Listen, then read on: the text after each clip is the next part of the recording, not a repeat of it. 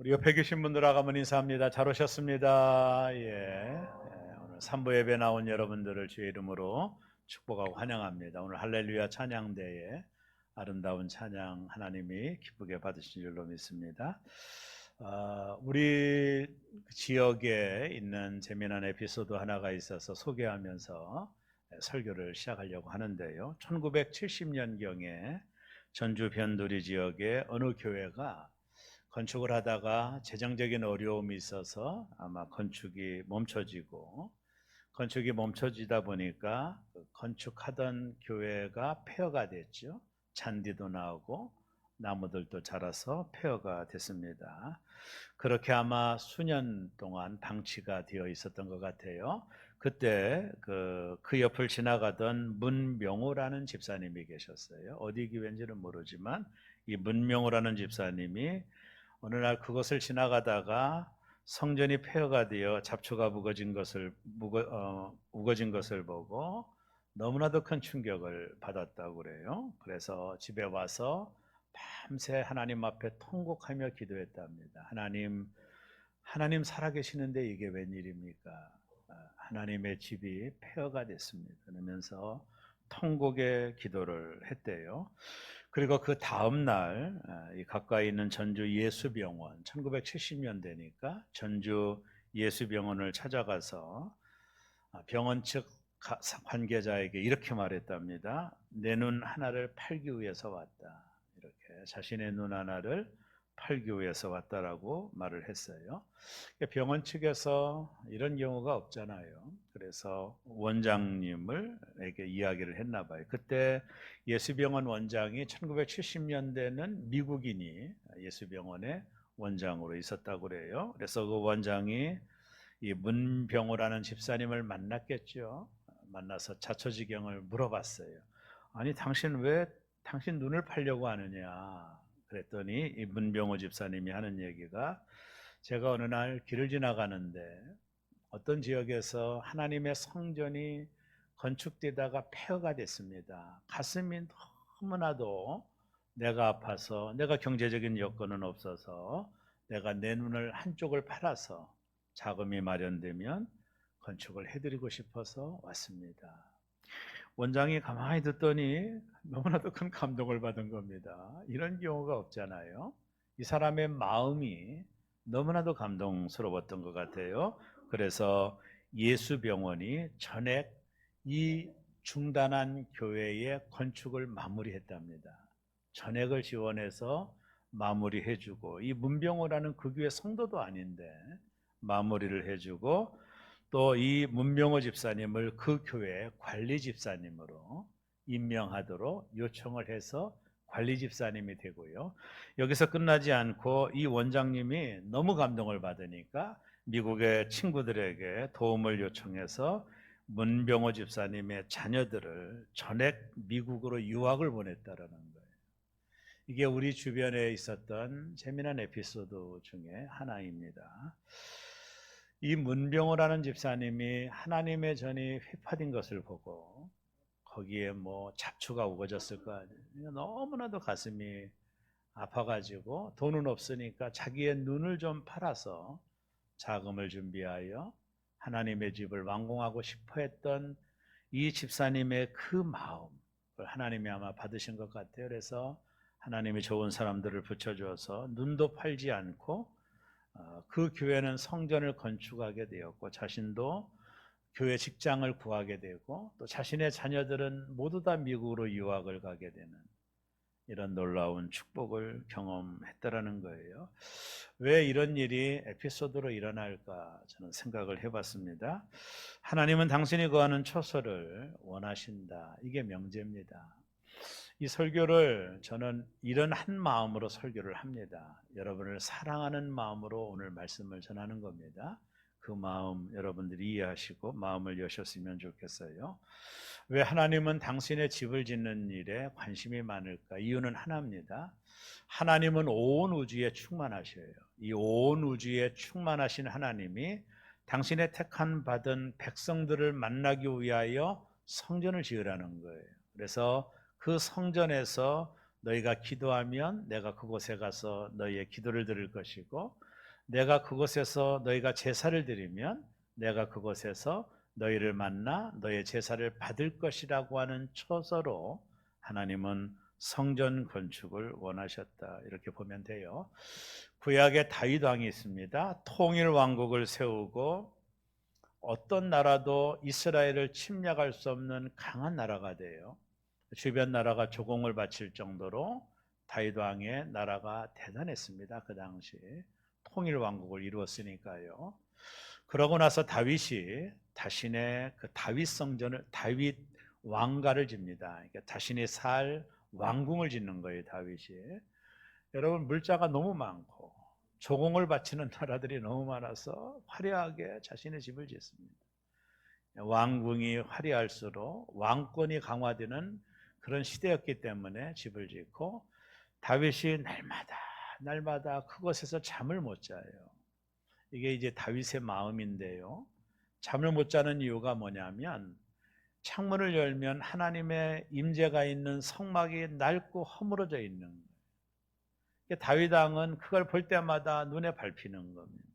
나는 이렇게 아름다운 집에서 잠을 자고 있는데 하나님의 임재가 있는 저 성막은 저렇게 오랜 동안 낡아서 다 찢어질 정도로 있는 것이 다윗은 견딜 수가 없어요. 이런 마음을 아무나 갖는 건 아닙니다, 실은요. 다윗은 그 마음이 견딜 수가 없어서 아팠어요. 그래서 나단 선지자에게 다윗이 말을 합니다. 선지자님, 내가 하나님의 집을 지어드리고 싶습니다. 하나님을 위해서 하나님이 계시는 집을 지어드리고 싶습니다. 그때 나단 선지자가 하나님께 기도할 때 하나님이 아니다, 나는 다윗이 짓는 내 집을 원하지 않는다라고 하나님이 거부하셨어요. 다윗이 모든 것을 다 준비했는데도 하나님은 다윗을 통해 하나님의 집을 짓는 것을 허락하지 않았어요. 이유는 여러 가지가 있습니다. 그 중에 하나가 다윗이 너무 전쟁에서 피를 많이 흘린, 사람들의 피를 흘리게 한 사람이라는 이유도 되지만, 어쨌든 하나님은 다윗이 하나님의 집을 짓는 일을 허락하지 않았습니다. 모든 걸 다 준비했는데 허락을 안 하는 거예요, 하나님이. 그 당시 얼마나 성전을 짓는 레바논의 백항모, 또 이웃 나라들이 바친 조공, 차고 넘쳤습니다. 그리고 백성들이 얼마나 많이 하나님 전에 헌물을 가져왔던지, 다윗이 이제 그만 가져오라고 할 정도로 많이 가져왔어요. 넉넉했는데 하나님이 허락지 않았어요. 이게 아이러니입니다. 근데 하나님이 이 다윗의 마음은 받으셨어요. 이게 중요합니다. 하나님이 하나님의 집을 지으려고 했던 그 다윗의 마음만 받았어요. 그리고 다윗에게 사무엘하 7장 8절과 9절이 이렇게 말을 합니다. 우리 다 같이 읽습니다. 그러므로 이제 내 종 다윗에게 이와 같이 말하라. 만군의 여호와께서 이와 같이 말씀하시기를, 내가 너를 목장 곧 양을 따르는 데에서 데려다가 내 백성 이스라엘의 주권자로 삼고 내가 가는 모든 곳에서 내가 너와 함께 있어 내 모든 원수를 내 앞에서 멸하였은즉 땅에서 위대한 자들의 이름같이 내 이름을 위대하게 만들어 주리라. 하나님의 집을 짓고자 하는 마음을 가진 다윗의 그 마음을 하나님이 받으시고, 너가 그 집을 질 수는 없지만 내가 내 마음을 받는다라고 하시면서 하나님이 다윗을 축복해요. 그게 뭐냐면 내 이름을 위대하게 만들어 주겠다. 하나님의 약속입니다. 여러분, 오늘날 이 다비드라고 하는 다윗의 이름은 얼마나 위대한 이름이 됐습니까? 이스라엘뿐만 아니라 전 세계에 위대한 이름이 돼요. 하나님이 그 약속을 이루어 주신 것이죠. 하나님은 하나님의 집을 짓고자 했던 다윗의 마음, 그 마음을 받으시고 하나님이 다윗을 축복하신 거예요. 오늘 우리가 읽는 학개서는 소선지서 중에 하나입니다. 2장밖에 되지 않은 이 짧은 성경 속에 오늘 우리가 들어야 될 귀한 메시지들이 많이 담겨져 있습니다. 저는 이 설교를 준비하면서 한 주간 기도했습니다. 이 설교는 여러분을 정말로 사랑하는 담임 목사로서 설교하는, 다른 의도나 동기는 전혀 없습니다. 오늘 이 말씀을 우리는 한 번은 들어야 되겠다 생각을 했습니다. 오늘 본문이 배경이 되는 이 학개서를 이해하려면 배경을 좀 이해해야 되는데요. 이스라엘 민족이 솔로몬 이후에 나라가 두 개의 나라로 나뉘어지죠. 북이스라엘과 남쪽 유다로 나뉘어져요. 그리고 이 북이스라엘은 아수르에 의하여 멸망을 당하고 우상 숭배했기 때문입니다. 그래서 남유다는 바벨론에 의하여 나라가 멸망당합니다. 바벨론에 의하여 멸망당한 남유다 백성들은 바벨론의 느부갓네살 왕으로부터 모두 다 포로로 잡혀갑니다. 그때 잡혀갔던 다니엘 이런 유명한 친구들이 있죠. 포로로 다 잡혀갑니다. 느부갓네살 왕이 쓸만한 사람을 다 잡아갖고 성전에 있는 모든 기물을 다 가져가 버리고 말았어요. 성전은 완전히 나라가 망한 것처럼 휘파해되어 버리고 말았습니다. 하나님은 예레미야 선지자를 통해서 이스라엘이 멸망할 것이다. 저들이 우상 숭배했기 때문에 내가 심판할 거라고 말하며 그러나 언젠가는 저들을 회복시킬 거라는 약속이 주어졌듯 바벨론의 포로로 잡혀갔던 이스라엘 민족은 날마다 바벨론 강가에서 고향을 바라보며 눈물을 흘렸어. 우리가 언제나 고향으로 돌아갈까? 우리가 언제나 고향으로 돌아갈까? 내 고향으로 가고 싶다. 그 바벨론 강가에서 저들은 70년 동안 고향을 바라보며 눈물을 흘렸어.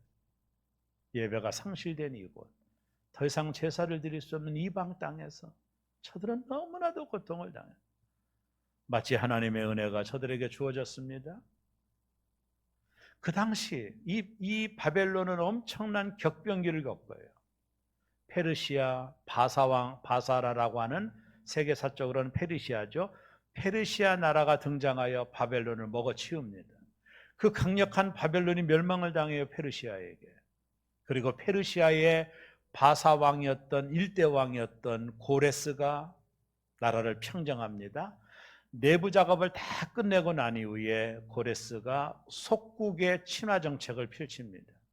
그래서 우리나라에 잡혀온 모든 이민국 사람들은 고향으로 돌아가라고 하는 명령을 내려요. 이게 고레스 칙령이라는 거예요. 이스라엘이 포로로 잡혀간 지 70년 만에 고레스에 의하여 이 명령을 내려요. 에스라서를 보면 하나님이 고레스에게 감동을 주어 고레스의 마음에 감동을 주어 이 명령을 내리도록 하신 분이 하나님이셨어요. 고레스가 명령을 내립니다. 이 바벨론 때 가지고 왔던 성전의 모든 기물들, 금은 할 것 없는 모든 것을 너희가 가지고 가서 살아계신 하나님의 성전을 건축하라. 이방 나라 왕이 명령을 내렸어요. 그래서 1차로 5만여 명의 사람들이 고향으로 돌아오게 돼요. 70년 만에 고향으로 돌아옵니다. 고향으로 돌아와 봤더니 성전은 이미 다 무너지고 다 회파되어 버리고 저들의 삶의 보금자리도 다 무너져 버렸어요. 그러고 난 이후에 그들이 BC 538년경에 고레스 칙령이 발효가 됐는데요. 그들이 고향으로 5만여 명이 돌아와 가지고 2년 뒤였던 BC 536년에 성전 건축을 위한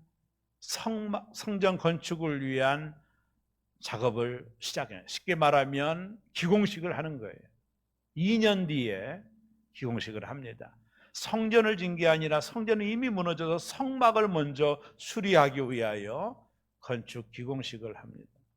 하나님이 이들에게 성전을 지으라고 포로에서 귀환시켰기 때문에 그 목적을 가진 사람들이 이제 모든 재정적인 것들을 고레스가 줬기 때문에 와가지고 2년 뒤에 536년에 성전 기공식을 합니다. 이제 성전 외곽 작업부터 먼저 시작을 하는데 문제가 발생합니다. 사마리아 사람들, 그곳에 살던 사마리아 사람들이 이 일을 방해를 해요. 이 사마리아 사람들은 혼합 종교를 가지고 있었어요. 그래서 사마리아 사람들이 유대인들이 들어와서 성전 진다고 하니까 우리도 좀 참여시켜달라. 이 말은 뭐냐면 혼합주의를 같이 행하겠다라는 거예요. 그래서 남유다 백성들이 반대합니다. 이 반대를 듣고 화가 나가지고 성전 건축을 방해합니다. 그리고 페르시아에게 공문을 보내가지고 이들이 성막을 지으면 나라가 독립하려고 한다, 페르시아로부터 독립하려고 한다냐 하니까 그 당시에 페르시아에 또 격변기를 겪으면서 왕들이 바뀌어가는데 그 왕들 중에 하나가 성전 건축을 막아라 명령을 내려요. 성전 건축이 536년에 시작된 성적 외박 건축이 멈춰져 버리고 장장 몇 년 동안 멈춰졌느냐면 16년 동안 멈춰집니다. 이때 페르시아는 격변기를 걷고 수많은 왕들이 바뀌며 세 번째 왕이었던 다리오 왕, 오늘 본문에 나오는 이 다리오 왕이 페르시아의 정권을 잡습니다. 이 다리오 왕 시대에 하나님이 학개를 불러요. 성전 건축이 멈춰진 지 16년 뒤입니다. 하나님이 학개를 불러서 학개 선지자에게, 학개야, 이스라엘 백성들에게 가서 내 집을 지으라고 해라, 하나님 명령합니다. 학개가 이 명령을 이스라엘 백성들에게 전할 때, 그러고 나서 4년 만에 제2의 예루살렘 성전이 건축이 됩니다. 우리가 그걸 제2의 성전이라고 그러거든요. 제1의 성전은 솔로몬이 지은 성전이고, 다 무너진 데다가 다시 지었던 성전을 제2의 성전이라고 부릅니다, 역사적으로. 그리고 그들이 기공식을 하고 그 기공식 때 하나님의 은혜가 성전에 가득 찬 축복들을 누리게 되는 거예요. 오늘 저는 이 본문의 배경을 가지고 우리가 마지막 드려야 될 말씀을 좀 나누려고 합니다. 첫째는요, 하나님께서는 성전 건축을 원하시는 거예요. 어떤 분은 그럽니다. 무슨 마음의 성전이 중요하지? 이런 건물의 성전이 중요하냐? 그렇게 주장했던 사람들이 우리들 교회 김양재 목사님, 서초동에서 목회하는 이찬수 목사님, 이분들이 그런 얘기했어요. 마음의 성전이 중요하다. 그래서 건물을 렌트하여 목회를 하다가 나중엔 다 성전을 쳤어요. 그게 안 되거든요. 이 공간이 있어야 교제도 하고 또 일주일 내내 제자 훈련도 하고 공간이 필요했던, 이 성전에서 하나님이 내가 너희를 만나겠다라는 거예요. 그래서 16년 동안 멈춰져 있는 이 성전 건축을 하나님이 명령을 해요. 자, 학개서 1장 8절을 한번 여러분 꼭 들어야 됩니다. 다 같이 읽습니다. 너희는 산에 올라가서 나무를 가져다가 성전을 건축하라. 그리하면 내가 그것으로 말미암아 기뻐하고 또 영광을 얻으리라. 여호와가 말하였느니라.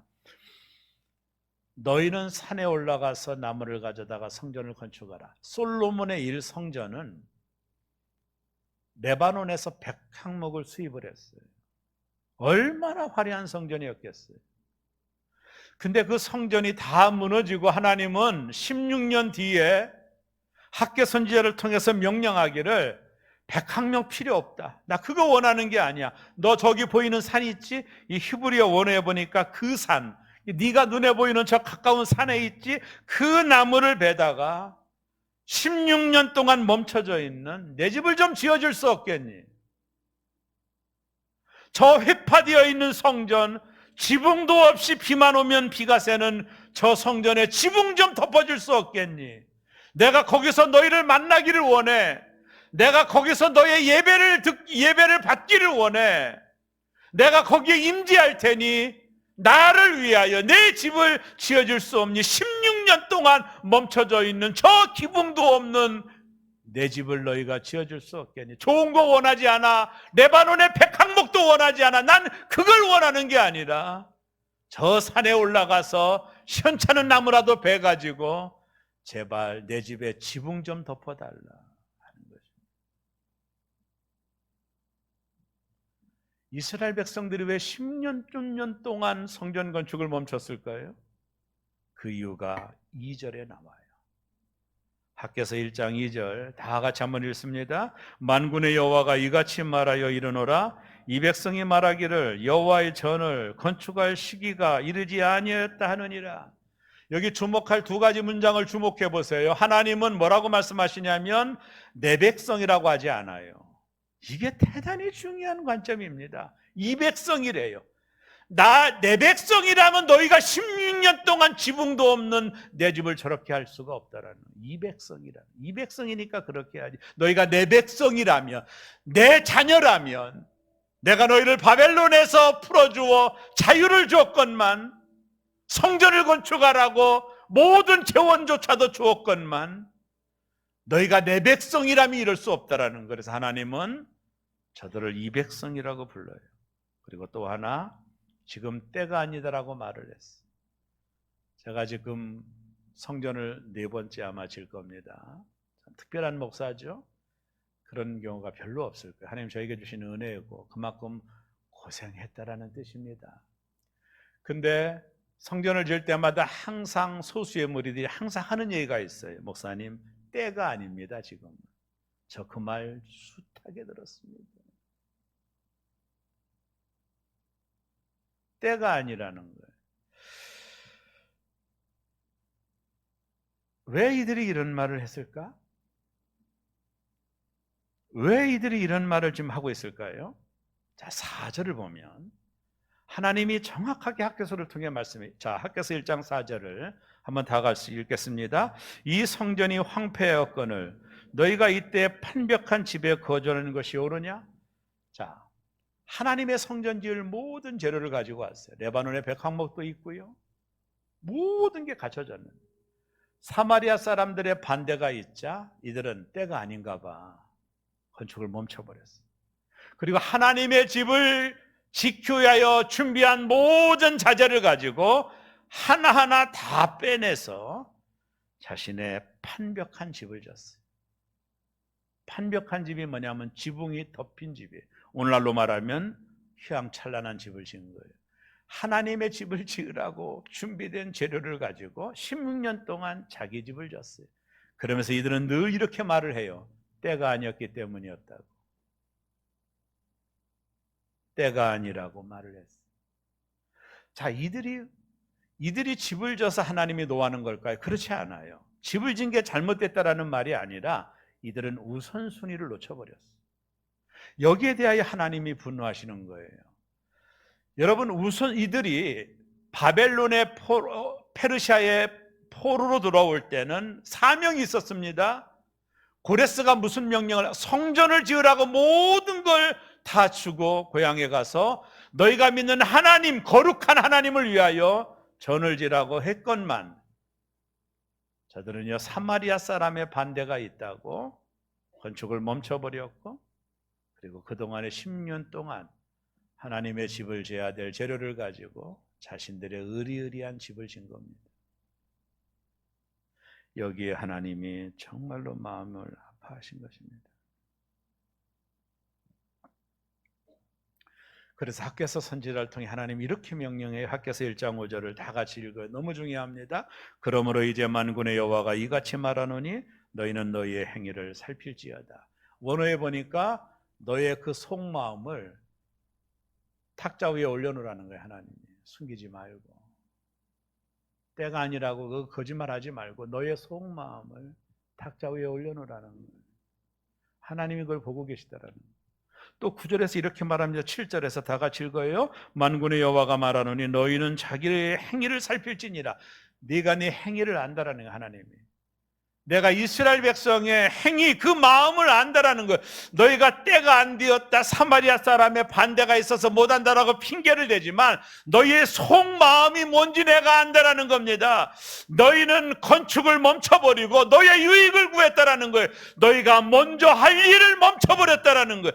내가 먼저 하라는 일을 멈춰버리고 너희의 유익을 구하여 너희 집을 짓는 일에 너희가 몰두했다라는 거예요. 집을 졌다라고 뭐라는 것이 아니라 먼저 할 일을 너희가 하지 않았다라는.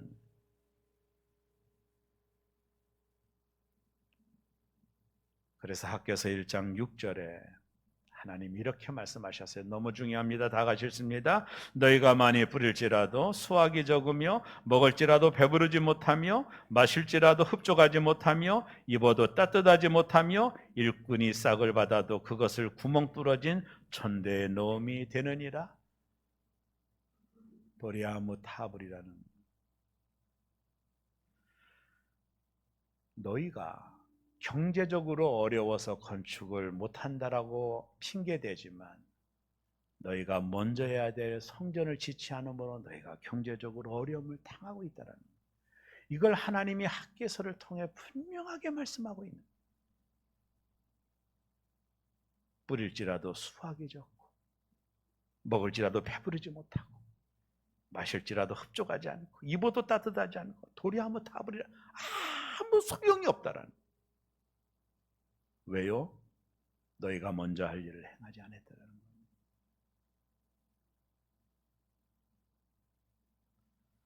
신앙생활에 무서운 것을 저는 목회자로서 두 가지를 신앙생활에 가장 무서운 것을 저는 매너리즘이라고 봐요. 매너리즘. 목회하면서 참 많이 느끼는 건데요. 매너리즘에 빠지면 두 가지 현상이 일어납니다. 첫째가 뭐냐면 종교적인 착각입니다. 이게 뭐냐면 예배 열심히 나오는 것이 마치 하나님과 관계가 깊다고 생각을 하는 거예요. 이게 착각이거든요. 자, 하나님은 마음을 원하십니다. 우리가 종교적인 행위를 원하는 게 아니거든요. 저들이 비싼 레바논 백항목 그거 하나님 원하는 게 아니에요. 그저 거기 흔한 나무라도 너희가 나에게 마음을 드리는 걸 원하는 거거든요. 그러니까 매너리즘에 빠지면 종교적인 착각이 있어요. 내가 참 열심히 봉사하고 헌신하니까 내가 하나님과의 관계가 깊고 하나님 나를 사랑할 것이라는 이 종교적인 착각에 빠져 있거든. 마음은 그렇지 않거든요. 두 번째가 뭔지 아세요? 신앙의 우선순위가 분명하지 않아요. 이게 매너리즘에 빠지면 이게 아주 문제입니다. 자, 이들이 포로에서 귀환할 때 이들은 성전 건축에 대한 열정이 있었어요. 하나님이 그 일을 위해서 자신들을 포로로 귀환했다는 것도 알아요. 근데 어느 순간 하나님이 우선순위에서 밀려나는 겁니다. 외부의 방해도 있지만 더 큰 방해는 그들의 마음이 식어진 거예요. 하나님 나라와 의를 구하기보다는 자기의 나라와 자기의 이익을 구하느라고 바쁘게 살았기 때문에 16년 동안 하나님의 성전이 멈춰져 버린 겁니다. 이들은 우선순위를 놓치고 있었던 겁니다. 집을 졌다라고 뭐라고 하는 게 아닙니다. 하나님은 좋은 집을 졌다고 뭐라고 하는 게 아니에요. 그러나 지금은 너희가 그럴 때가 아니라는 겁니다. 너희가 먼저 해야 되지. 내가 너희를 바벨론 포로에서 귀환시킨 일, 무너진 하나님의 전을 지어서 내가 너희를 거기서 만나고 싶다라는 거예요. 하나님의 성전은 지붕도 없고 폐허가 되었는데 자신들은 화려한 집을 짓고 아주 시기상조라고 말하고 있는 너희들 말은 거짓이고 네 속마음이 무엇인지 상자에다 올려놓으라는 겁니다. 그건 핑계라는 거예요. 성전 건축은 두 번째 하나님 기뻐하는 일입니다. 주목하셔야 됩니다. 우리가 짓는 성전이야 얼마나 작아요. 이 우주보다 크신 하나님이 우리가 짓는 성전에 거한다는 건 이해가 되지 않아요. 그럼에도 나를 위해 지은 집에 내가 거하겠다고 하십니다. 그리고 내가 기뻐하겠다고 말씀하십니다.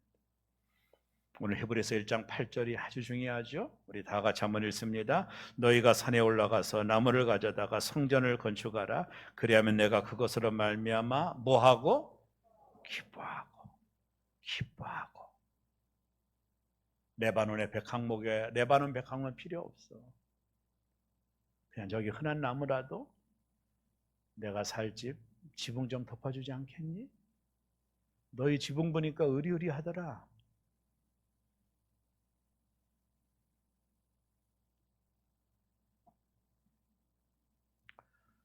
하나님은 이스라엘 백성이 끊임없이 불순종합니다.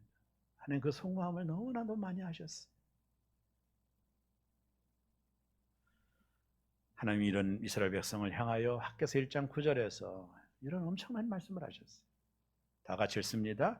너희가 많은 것을 바랐으나 도리어 적었고 너희가 그것을 집으로 가져갔으나 내가 부려버렸느니라. 나 만군의 여호와가 말하노라. 이것이 무슨 까닭이냐? 내 집은 황폐였으되 너희가 각자 자기의 집을 짓기 위하여 빨랐습니다.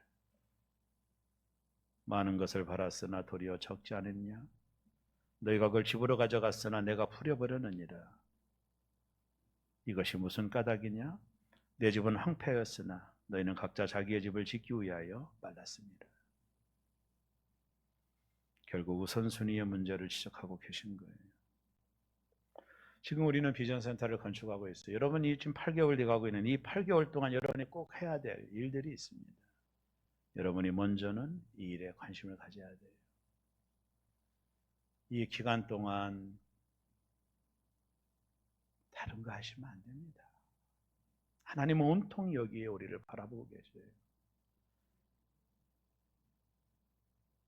여러분의 일에 민첩하면 안 됩니다. 이 기간 동안은. 그래서 제가 누누이 말씀을 드리는 겁니다.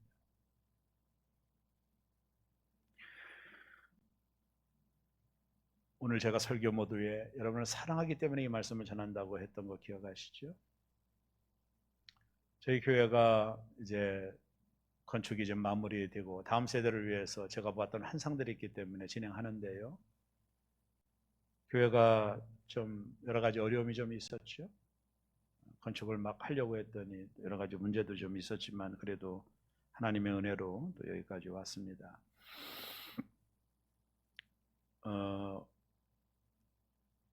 이 8개월의 건축의 과정이 곧 끝날 거예요. 아마 한 달이면 다 마무리가 되고 입당할 겁니다.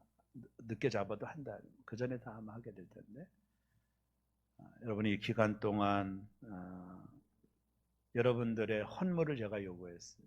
하나님 성전에 들어가는 기물들은 여러분 스스로 헌물을 하시는 게 좋아요. 이건 큰 은혜거든요. 나중에 알게 될 겁니다. 여러분들 지금 잘 이해를 못 하시겠지만 허락했더니 거의 다 했어요. 몇 개 빼놓고는 모든 분들이 헌물을 동참을 해주셨습니다. 근데 마지막 4층에 들어갈 의자가 좀 남아있는 상태입니다. 교회 돈으로 할 수 있습니다. 그 돈은 있습니다. 그러나 저는 여러분들이 아직 건축에 참여하지 않은 분들에게 이 준공이 이제 얼마 남지 않았으니까 여러분들에게 좋은 기회를 좀 드리고 싶다. 이게 제 오늘 설교의 목적입니다. 헌금 많이 하라는 설교를 하는 게 아닙니다. 그러니까 왜냐하면 이 8개월 동안 하나님은 여기에 관심이 있으시니까 그러니까 여러분들이 이 기간 동안에 여러분들의 민첩한 일을 조금은 멈추셔야 돼요. 이 기간 동안에는 이스라엘의 실패가 거기 있었거든요. 하나님의 조언은 황폐하는데 자기들 집진일에 정신이 없었거든요. 그러니까 이 기간 동안 여러분 잠깐 브레이크 하시고 아직까지 예물에 동참하지 않은 분은 괜찮아요. 제가 여러분들에게 비전센터 헌물을 위한 구자헌금을 여러분 주변에 넣어드렸어요. 여러분 오해하지 말고 들으세요.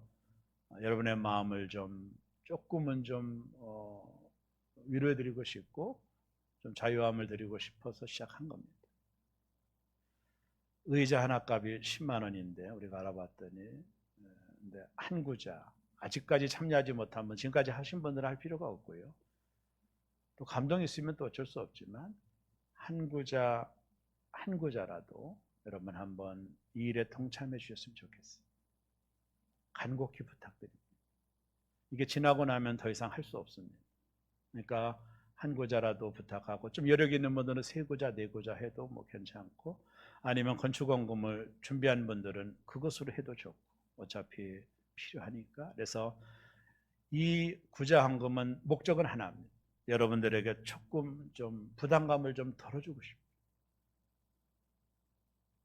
그래야 저기 한번 가볼 수 있잖아요. 자신 있게. 얼마 아름답게 졌나 가볼 수도 있잖아요.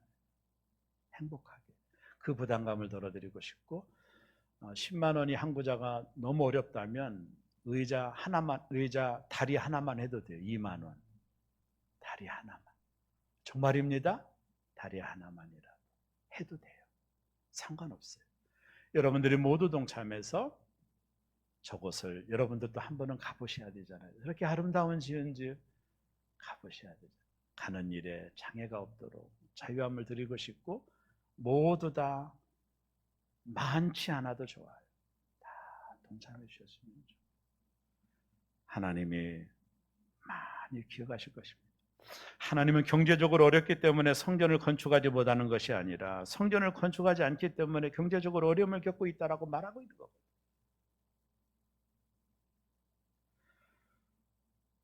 이스라엘은 이 하나님의 마음을 헤아리지 않았어요.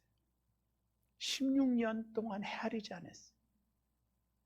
자신들의 집을 세우고 요즘 말로 말하면 자기들 집 사고 대리석 꾸미고 차 사고 뭐 자기들 유익을 위해 민첩했지만 하나님의 집을 짓는 일에는 아직도 때가 아니라면서 늘 핑계를 대고 있는 이런 이스라엘 민족에게 하나님은 학개서 1장 10절과 11절에서 이런 아주 중요한 말씀을 하셨어요. 다가 싫습니다. 그러므로 너희로 말미암아 하늘은 이슬을 그쳤고 땅은 산물을 그쳤으며 내가 이 땅과 산과 곡물과 새 포도주와 기름과 땅의 모든 소산과 사람과 가축과 손으로 수고하는 모든 일에 한죄를 들게 하였느니라. 도리하면 타버리죠. 한죄가 뭐예요? 가뭄입니다. 하늘에서 비를 멈췄다라는 거예요. 니들이 하는 일 보니까 너희는 내 백성이 아니야. 이 백성이야. 내 백성이라면 이렇게 할 리가 없어. 하나님의 전이 구멍이 뚫려가지고 비가 철철 새는데 너희 집은 대리석으로 꾸미고 있구나.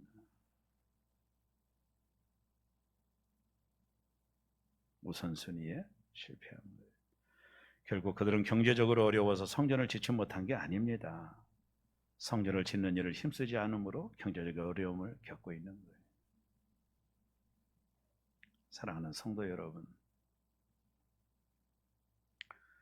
하나님의 전을 지을 때는 꼭 기억하세요. 저는 몇 번 경험해서 여러분에게 말씀드리잖아요. 제 경험이 맞을 겁니다. 우선순위를 이 기간 동안에는 분명히 하셔야 돼요. 이스라엘 백성은 성전 건축과 자신의 삶을 먼저 하는 우선순위를 바꿈으로 좋은 결과를 갖지 못했어요. 그러므로 그들은 많이 뿌려도 적게 수확했고 많이 먹어도 배부르지 않았고 많이 마셔도 갈증이 있었고 옷을 많이 입어도 따뜻하지 않았고 열심히 벌어 모아도 저축이 되지 않았어요. 왜 그랬을까요? 하나님이 서운하셨기 때문입니다. 이제 비전센터가 거의 완공이 돼가요. 우리 모두 다 거기 가보실 거예요. 우리 아이들을 위하여 지금 정말로 많이 애를 쓰고 있습니다. 담당하시는 분들. 업자는 싼 거 하려고 하고 나하고 한장로님은 좋은 거 쓰려고 하고 지금 계속 싸우고 있습니다. 이거 해달라면 공사비가 추가돼서 안 된다고 하면 그래도 해달라고 사정해서 하나하나 만들어가고 있습니다.